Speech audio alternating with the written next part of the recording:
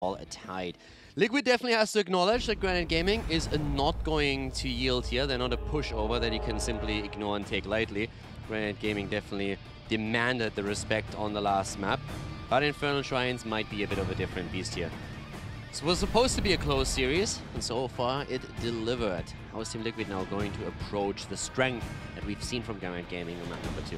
One thing they get focused on, Diablo on this battleground has been a power pick. Diablo in general has been great here in the HGC. Alex Raza also continues to climb in priority for a pick as a healer on this battleground, as she continues to allow you to control the shrine. So that are things that have to be considered here. In the past, we've also seen Granite Gaming pull out a Tychus on this battleground, as they really enjoy the idea of pulling out Odin and clearing up that shrine phase. So it's all about that shrine control phase, controlling. And a Samuro. And a Samuro. They had the role swap, but as we heard from them themselves, they already said, well, Samuro is still on the table. We can always swap back. We can always put Raid Boss in a position where he switches back for one game into a tank role if we feel that Nanda would be better on Samuro, and we're going to try and use that as a strategy to surprise our opponent here. So both of these teams have a few pocket picks that can definitely change the outcome of the series if they find a draft in a situation where they feel, okay, here it's adequate. This is really the game where we can run with the Vikings, where we can run with Samuro, where we can make these plays. So I'm hyped for that. Might come out here. Don't really think that Infernal Shrine is going to be the map, but if we're going to see any other later on, as for example, you know, Cursed Hollow is banned out, but a bigger map, Towers of Doom maybe, could definitely come to pass. You know a hero that I miss that used to be actually first pick worthy on this battleground for week 1, I believe? Sonya. After Yrel came out, Sonya had just taken a back seat. It seems like Yrel Blaze taking over those top lanes has kept Sonya away on this battleground, but I feel like she still has some strength here if you're able to get to the ban phase and pick her up, and of course you don't allow your opponents to have Yrel. I'm actually so proud of you. What? I expected you would come in with something silly, like Ragnaros, for example. So you went for the meta. I like it. No, we're not on Braxis. If we're on Braxis, I'll give you a lowdown on Rag, but... Yeah, Braxis. Oh, you mean the map that nobody wants to play in HGC? Exactly. Ah, okay. That one. Yeah, okay. I don't know why you say that like I'm gonna like defend it. I don't know. I love Zerg, Caldor. Don't make fun of Braxis. I love Zerg. Hey, I am a former Zerg player, so I love Zerg, but still, Braxis, I just don't like the map. I do feel like it's gotten better with the latest changes, actually. Played it a few times more in Hero League. It feels like you're able to get the late game a little bit more often now.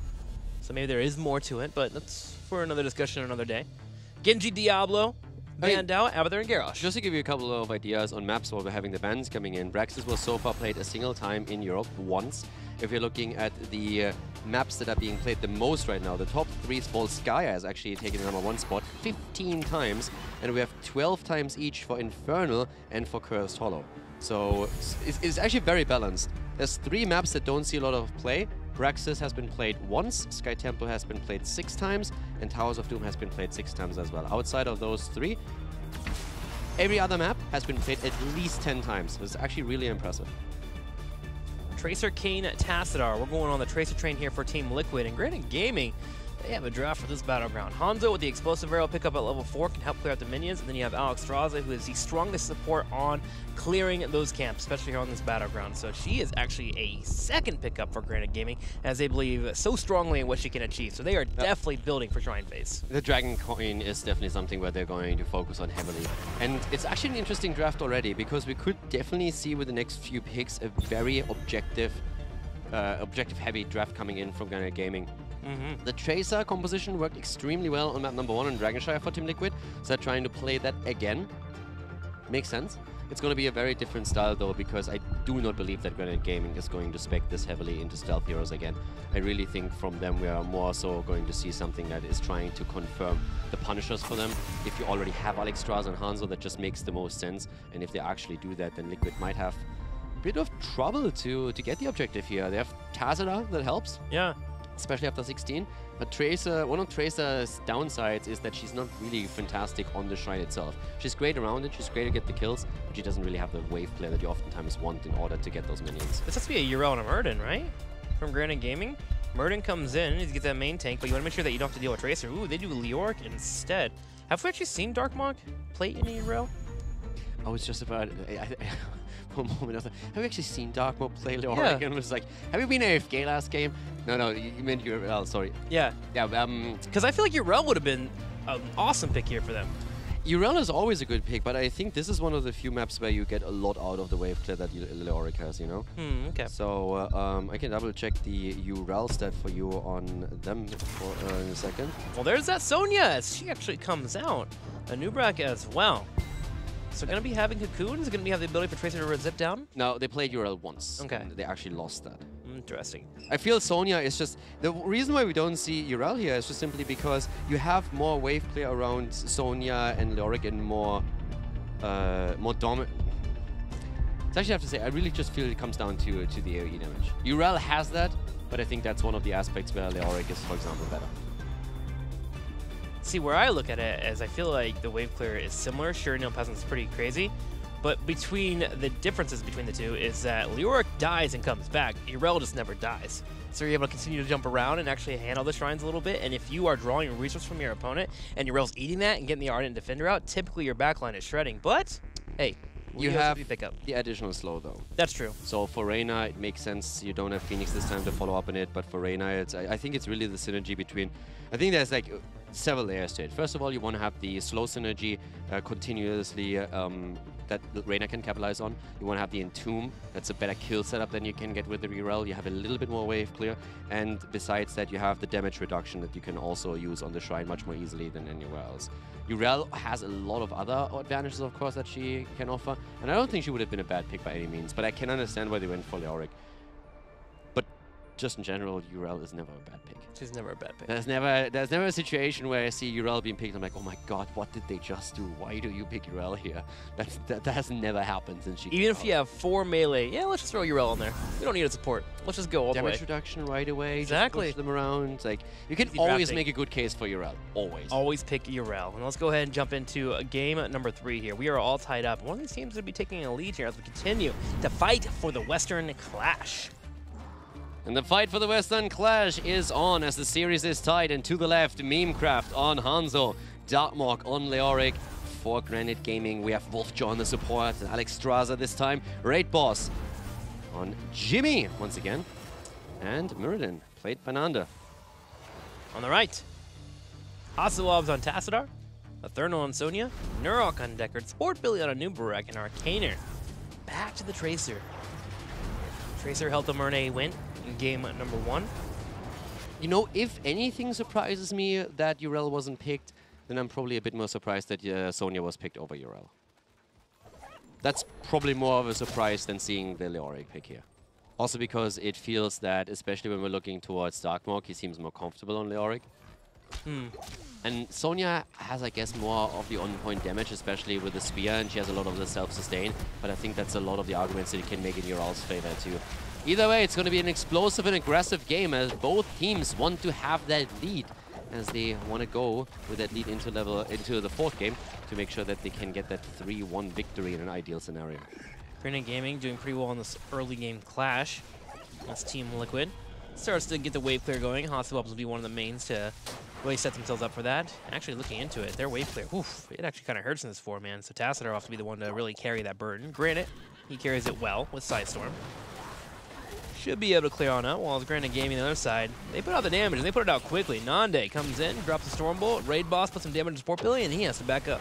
One of the things that impressed me with Granite Gaming ever since they switched the roles of Nanda and Raid Boss is that outside of the Dragonshire game that we saw today, outside of that, I'm very impressed with how aggressive they are, and they don't overstep. They just try to push the envelope, and they look for these kills early on in the game, and they're really demanding the respect of their opponent in every single fight. The game starts, and immediately you see these jumps on certain heroes where they're saying, guys, if you overstep, we will be there to punish you. And that style of play is something that I think is super attractive to watch, and it's also very enjoyable. But Arcana and Team Liquid in general, they are not really easily intimidated. They're really trying to repay them in kind, and that makes for very explosive games, especially in the early game that we oftentimes see. I mean, look at this. Even Hazop's now being flanked here from under. The Dwarf can still jump out, but these aggressive rotations to single targets are just happening from the get-go. Yeah, and you're wanting to get those sacks out, especially here on Hanzo, looking out, or not Hanzo, Muradin looking over to him. He has a total of 6. And Hanzo does have sacks too. He's certainly sitting at 10 there for a scatter arrow. But that constant aggression, that explosiveness coming from Nande is going to be paying off, as he's already hitting at 7 on his Stormbolts, connecting here in the early game. trying to finish that quest ASAP. Big fight here on the bottom lane already as we start the minions here. Team Liquid is dancing around, actually trying to force a control as Arcaner comes up for a flank as he puts damage on Raid Boss. Yeah, but now Tacita is here, and the shields are keeping Spot Billy in play, and that is tough for Raid Boss as he's the target of Team Liquid. They're moving out for now, still fighting with it. They actually get it. Wow. They pay with Wolf Joe's life for the camp, but you can definitely argue worth here. They stayed way longer than I expected them to. After Tacita rotated in, I definitely expected them to just say, all right, let's give it up. But they make sure that they claim the camp even though they lose Alex Straza in the process. I felt like, to me, Team Liquid was trying to just get maybe Alex Straza to use Dragon Queen really before the Shrine phase. But Granite Gaming was just not biting. But gosh, that was a lot of pressure. Team Liquid actually has to deal with Eternal possibly falling here on the top. Nande comes in with the Storm Bolt. Love that Storm Bolt at the last second, too. He could have tossed it out earlier, but he waited to the exact moment where, okay, I have to use Whirlwind to live here or I die. And then he lands that Storm Bolt, and that allows Granite Gaming to secure the kill. And now they are, of course, immediately moving on to the Shrine itself. And this is now a situation when early Arcane Punisher can give you a significant experience lead again if you are able to carry it past the wall itself. Liquid is spreading out. They realize that at this point in time it's going to be tough, especially with Dragon Queen still available, since Granite Gaming has that lead, so Dragon Queen would easily help them to secure Punisher. So they are spreading out onto the lanes to get an experience advantage, which is exactly what happens here. But that will be negated very quickly as Granite Gaming rotates heroes over to catch that experience as it pushes into the towers. Yep, Hanzo went to the bottom lane, so he'll get that experience, and as you mentioned, the turret should give a decent amount to Granite Gaming too. I'm more curious to see if they're going to follow this up well. With Leo and Hanzo on the spread out lanes, they shouldn't go too aggressive. Nande comes inside to work on stacks. But just going to be the turrets here. As you were mentioning, the Arcane Punisher typically will allow some teams, if they want to actually group up as a unit of 4 or even 5 and just commit fully to the fort. But Team Liquid with solid defense holds this front line here in the middle. I also wanted to come back to a discussion that we had earlier on Dragonshy. We were talking a lot about Tacita's level 4 talent with Tracer, and now we have the typical pick. So now we're seeing them going into extra life leech over armor. In this case, I find that really weird though, because normally I absolutely agree with that pick, but traditionally you see more hit point heavy tanks with a composition. And now if you're looking towards Eternal and then Sportbile, those are two tanks that could really benefit, especially on Inferno Shrines, from the extra armor as well. With Jim Raynor on the other side, and then in addition to that also Leoric, I think having the armor here would have helped them. But they decided in Wave Clear instead, in Sustain instead, and there goes Tracer. She's down as we had another camp invade. Wolfjo did not have to pop his Dragon Queen on the Shrine itself, so now he has the cooldown still available, and they get the kill, they get the camp. They're looking strong again. That was a little disgusting though. Raid Boss just stood there as Raynor, hit W, and has hit Tracer the entire time. Solid follow there from Wolfjo, bringing out the heals, making sure that he can handle through. Fight or Flight helped that as well. But Tracer gets deleted on that point. But that's exactly the thing.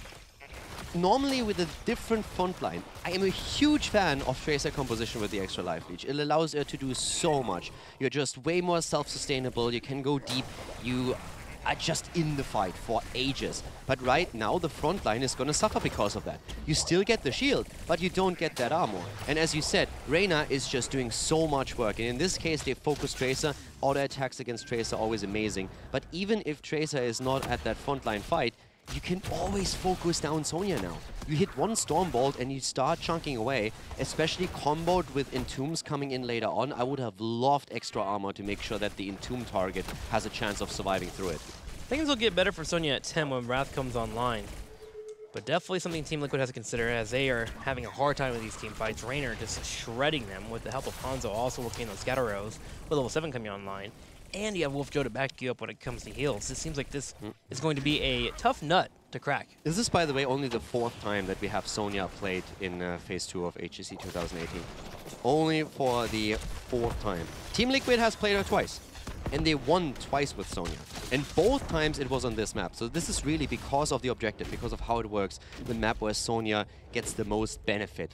And Team Liquid really loves to play Sonya here. And so far it has been very successful for them. And you're correct. Now that they have level 10, of course with Wrath of the Berserker, you have a lot more... You're a lot more powerful, you have a lot more hit points, you're really just a lot more beefy. And it's going to be interesting to see if that's enough, especially against how hard Reyna hits against single target. It's when there is the slow, and you should always be able to get that slow through with the heroes that they have. I do like the organized chaos that Team Liquid can introduce to these fights. You have Web popped up, you have Wrath popping in, Lornado as well to make sure Raynor can't just stand still, as he'll be knocked around. So Team Liquid immediately go straight for the Shrine here. Sonya clearing out, putting some damage on Darkmok, who's going to back up and get healed on up. All 5 are here for both of our teams. Granite Gaming trying to step forward. Sport Billy on that front line, dropping in the Impale to make sure Nande can't get to his back line. Yeah, but now Granite Gaming is starting to demand the space again. They're saying like, hey, we're here and we are going to claim that area. So far, Wolfjo hasn't been forced into a Dragon Queen yet. The lead goes to Team Liquid, but only by the smallest of margins. As Eternal is trying to look for an opportunity to get some damage in. Sport Billy missing the stun. That's already a bit of an issue. They were always trying to follow up on that. But I'm just waiting for Raid Boss to pop off here. And he pushes Arcana. Dragon Queen comes out. Ult also being used immediately, stacking those 2 cooldowns. Trying to get the Lornado as well on Alex Draza to pull her in, and Sport Billy gets hit with Hanzo. The Skid comes out. Murden locked in the web, but he gets cleaned up as Raid Boss will get him out of the web. And Granite Gaming has a total of 5 as the Nubrak gets cleaned up, and they'll be able to secure the Shrine to the top. Yeah, Wolfjo with the Dragon Queen straight into the flame, and then as he lands, he still has those abilities available and uses them right away. So they get the kill against the Nubarak, and it's again Jimmy with all the slows that we're seeing here. Jimmy is currently sitting at a damage output of 13,000. Hanzo is sitting at 15k. Eternal even on 18,000 on Sonya. But it's really just that single target damage that does so much here. And for Jimmy, it's going to increase very early. Here comes the Entomb, and that's the kill against Hazorps. Great play here. No dimension shift available. And that's Granite Gaming taking the fort, taking the 2 kills, and taking a significant lead. Granite Gaming looking serious today. In a position here where they can go up 2-1 over Team Liquid.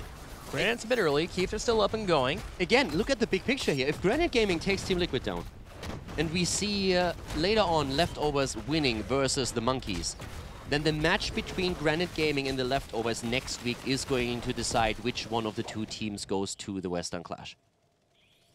That's where we are right now. And if Team Liquid loses now, and loses next week against Method, then all of a sudden they are in a lot of trouble. Then it could very well come down to the map difference between teams who takes the 4th slot. Team Liquid is not confirmed for the Western Clash at this moment in time. Mathematically, they can still fall out. Comes down the wire. Team Liquid will be hitting 13 soon, so they'll be on even talents, but they have taken the first blood when it comes to infrastructure. Their fort at the top right gets cleaned up by that Punisher that came in. And Granite Gaming, they don't seem to be wanting to stop. Working on Merc camps, they have Leo on the left side to get the middle lane pushing in. Ominous Wraith coming online now here for Leo to make it harder for Tracer if he's able to land that Spooky Ghost on her to even get kills. Hazorps has his quest completed now, so this is going to hit a bit harder. But here comes again the attempt to go for Sport Billy. Nanda jumped in, but misses the Stormbolt. It was too much for him that ate the Stormbolt up in the stun. But this is going to be tough going for Team Liquid. It's 13 versus 13 talents. He is still in this. They're by no means out of that game. But it hasn't really been kind to them. Yeah, he can still hit a web here, get a quick 5v4, find that pulse bomb on a target, blow them up. Darkmok comes in for an Entomb and misses, but here's a Dragon Arrow to follow up. Sport Billy gets chunked down to half health, but he's still fine. Heals coming in too, with a pulse bomb connecting on Darkmok, but he's able to escape. Nanda is in a world of pain right now. He pops Avatar, but I'm not sure if he can get out of this. He does not have the Dwarf Toss available until that last second moment. Was on cooldown, but they get the kill against the Nubarak. And Raid Boss might fall here as the counter kill. He tries to get some additional damage in, and he does, but it's not enough to secure another kill. Reyna down, most of the damage gone, and that's the time for Arcana to shine as he tries to move in to see if he can maybe get another one. He does have a pulse bomb, and he's using it against Wolfjo, but he doesn't get the kill, and he goes too deep and falls to the turret shot. Oh no, Arcana making a small mistake there and gets picked off, trying to find those kills for his team. And Granite Gaming will lose 1-2 as Team Liquid are unable to secure that kill. Sonya was actually in a great position to start shredding there. The moment Raynor fell, Sonya was like, okay, I got this. Hanzo's a very hard target to get those damage on top of Sonya. She's spinning on multiple melees on both Murden and Leo. And especially with the Nubarak suffering so much, I really believe that the talent on level 4 for Tassadar would have made a difference here. Because Nubarak is getting targeted hard and he gets punished. I feel if you look at these fights and the way that they go, it's Granite Gaming putting up insane pressure against Team Liquid, and Liquid is always on the back foot the entire time. Up to the point where Granite Gaming makes an engage and doesn't get the kill right away. If that happens, Liquid has turnaround potential through Cocoon, and that's what they're going to try and do over and over again. In this case now, Sport Billy is moving in late from the side for the flank. He was trying to get experience here to get them closer to 16, but they can't go for a quick turnaround. But Granite Gaming also did not find the kill as they were attempting to chase Sonya down. Some cooldowns were burned.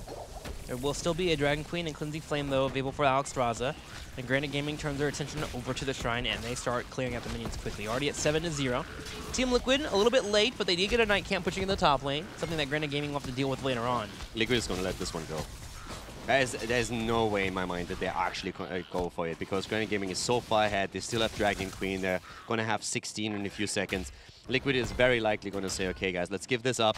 It's going to hurt. They're most likely going to take our fort in the middle, and maybe even they get the wall at the keep. But what we are going to do right now is we get experience. We make sure we don't fall here. Get 16, use it for the defense, and then afterwards, that's where we are going to look for fights. We have to find them. We have to take a few kills, and we need to get some momentum. But if we try and fight for the Shrine right now, we're going to get destroyed. They're going to get the Punisher anyways, and we might lose a keep. Granite Gaming hit 16. They get the Punisher. They head in the middle. It's already down to half health. Team Liquid starting to back up. Still waiting for that 16. But Leo, already on the side, has an Entomb available. Meaning this defense will not be easy for Team Liquid. They have to do it at their keep wall. And they're set up already. Just need to bait it over. Need to be a bit worried here for Sport Billy, though. Needs to make sure he doesn't get caught out. All right, good job by Akena. Baiting it over and jumping away. Punisher does not connect, so there's no follow-up available. But here comes the move. This is Granite Gaming with the Dragon Queen trying to get that keep there. Going for Billy again with the Entomb. Nanda in the middle of things, in the thick of things. The arrow comes out, but does it do enough? It doesn't look likely. Nope, Manuburak baits the Punisher even deeper. It is not taken down, but Granite Gaming is attempting to destroy that keep, and they are about to get it. The Punisher turns around and secures it. Mid lane has been taken, but here's the attempt for a kill against Reyna as Team Liquid is trying to find an opportunity. The web gets used, but there's no follow-up for Team Liquid. Arcaner's looking at Darkmonk trying to find a kill. He gets him pretty low on health, but he's able to kite back to the heal. Ooh, but Wolfjo a little bit too far forward. Gets completely deleted as Team Liquid will be able to pick him off. The rest of Granite Gaming, they have to skedaddle. Eternal with the big boy pants here, moving in, getting their kill, and just stepping up and taking this. Now they're going for Hanzo, and Memecraft falls as Akena does not want to be outdone by Eternal. Secures another kill for them. 6 kills against 4. Team Liquid fighting back here. Still a level behind. They lost the keep, but they finally have some momentum. Yeah, but what do they get here? They still haven't killed a fort yet in this matchup. They have to find one soon. There is a wave in the bottom they have to clear out, and they will start to do so, and they have a minion wave soon. And there is still 30 seconds, so they need to grab this fort here, get some experience, and if they're able to take 1, 2 forts here, they can actually get a lead on Granite Gaming in experience. Definitely. There's so much experience left in structures that they can take now, and they are attempting to do exactly that. Take the fort at the bot lane, rotate, try and take another one. Hanzo is down for another 10 seconds. If you make that play, you can go in. And Cocoon is ready. If Granite Gaming steps too far out and tries to defend here, they might actually lose another hero and stagger a death. So they are totally willing to sit a little bit more passive here than they normally would. But Hanzo is back now. And that's the time where Liquid has to realize, okay, we have to fall back. But look at the experience count. The levels are nearly equalized. Granite Gaming still has a lead, but it's a small one. Their biggest advantage in the game comes through the keep they destroyed in the mid lane, through the catapults that are now going to push it out. Mid lane, if you're going to lose the keep, is the best one to lose that on, though. Yep. Should have pretty decent defense for Team Liquid. The Shrine will be at the top, so that does give a little wiggle room to Granite Gaming to try and force Team Liquid to be in a spot where the defending gets catapults coming in.